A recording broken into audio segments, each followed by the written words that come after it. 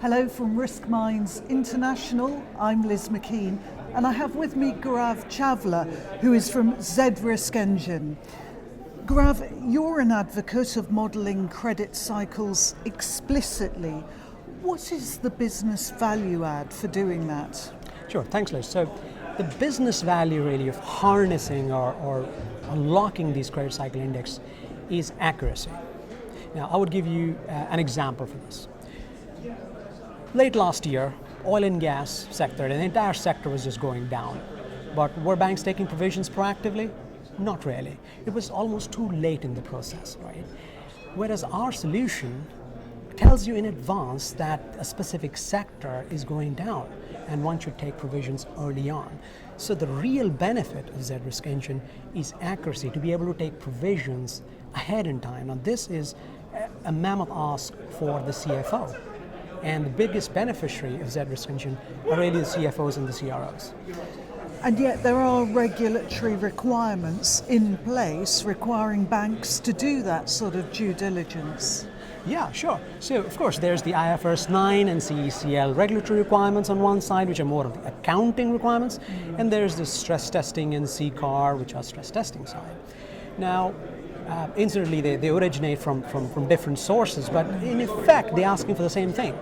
They're asking for some sort of a scenario-based loss generation. Right? And Z Risk Engine integrates both of them. It integrates the accounting IFRS 9 CECL with the stress testing ones together to have a point-in-time converted view of credit and then future forecast of scenarios from there onwards. So in that way, it's a really beneficial solution. So the solution, it brings these two different parts of the regulatory framework together.